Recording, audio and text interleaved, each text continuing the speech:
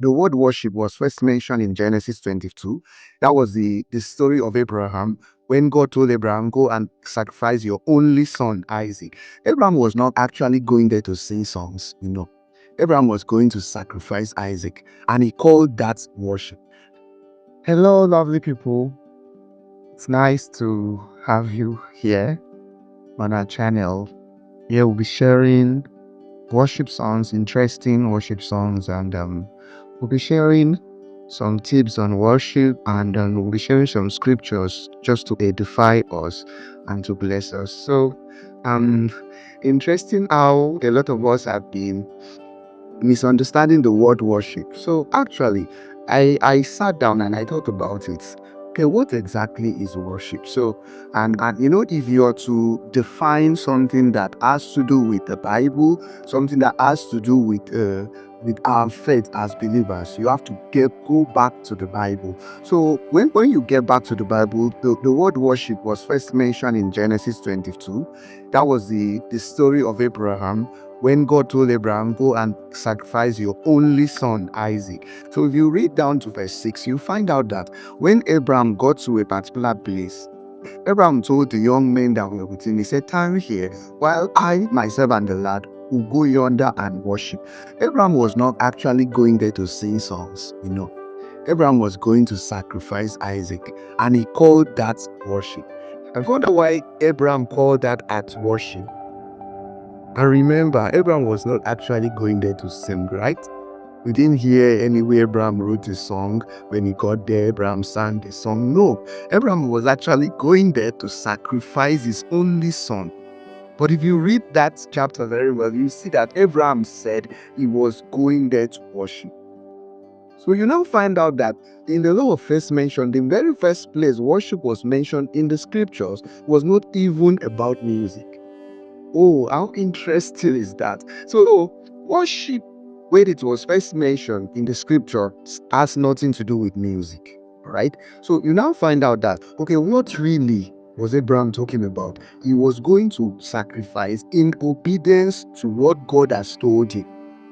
So you now find out that worship has a lot to do with your heart.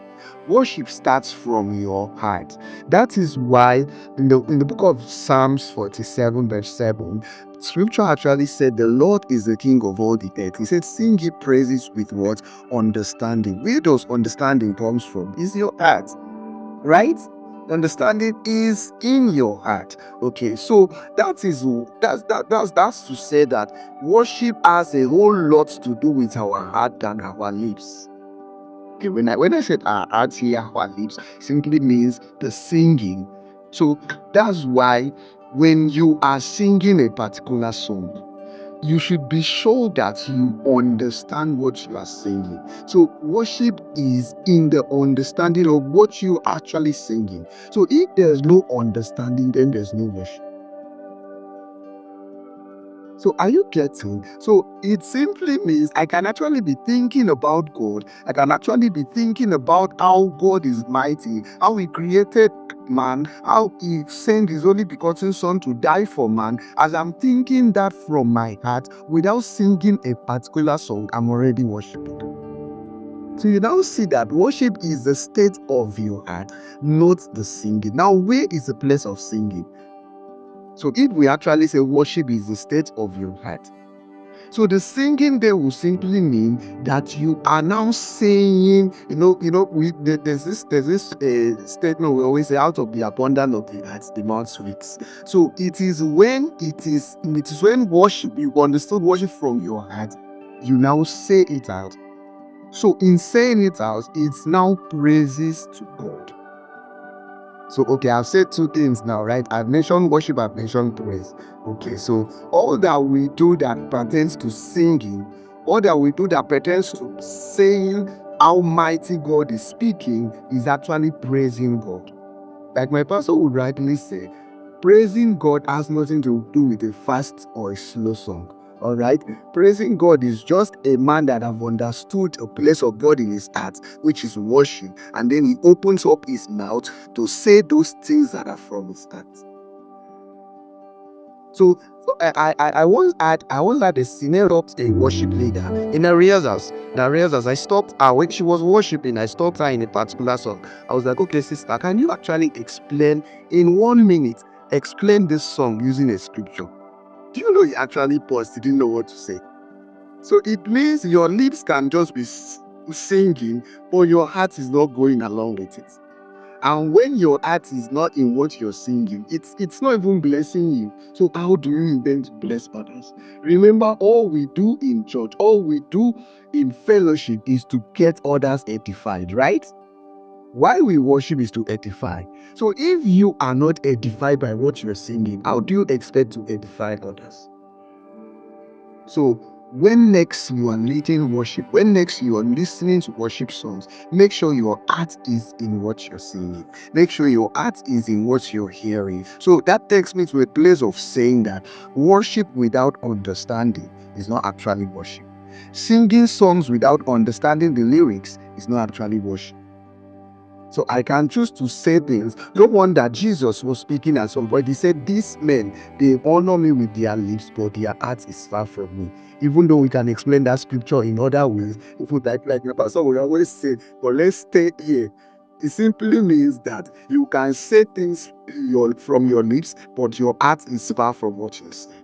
So a worship that will be acceptable to God and will edify others is a worship that comes from the heart, that you understand from your heart that, yes, I'm doing this unto the Lord. So the next time you jump in church, you jump, and the next time you jump, you shout, which is okay. It's beautiful to jump for joy. It's beautiful to express joy. But when you are doing that, always remember that your heart should be in it. Right? If I stop you in the middle of a hot press session and you're singing and you're jumping, they body like some of us do. If I stop you in that session and I ask you a very simple question, please explain what you're saying. Edify us with this line of your song. What are you going to do? What are you going to do? Is your heart really in what you're singing? So remember that your mind should be in every sessions of worship that you are leading. And as the one worshiping, always know that when you hear a particular song, go beyond the melody, go beyond the harmonies, go beyond what you are hearing, go beyond how beautiful the sound is.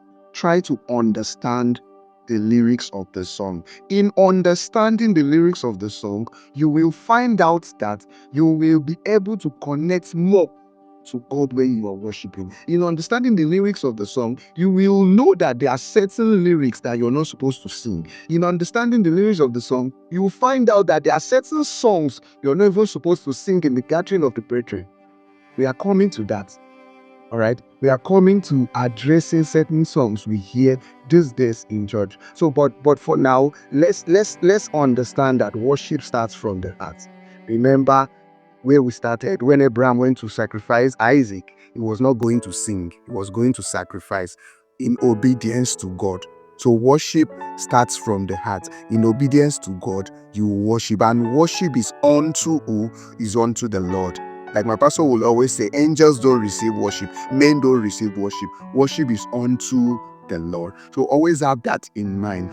Even when you are leading people to worship, always be sure not to try to impress your crowd. Worship is unto the Lord. So when you have this understanding, you will do better singing. When you have this understanding, you will do better worshiping. You will respond more in worship. All right. So thank you very much. Hope you are blessed.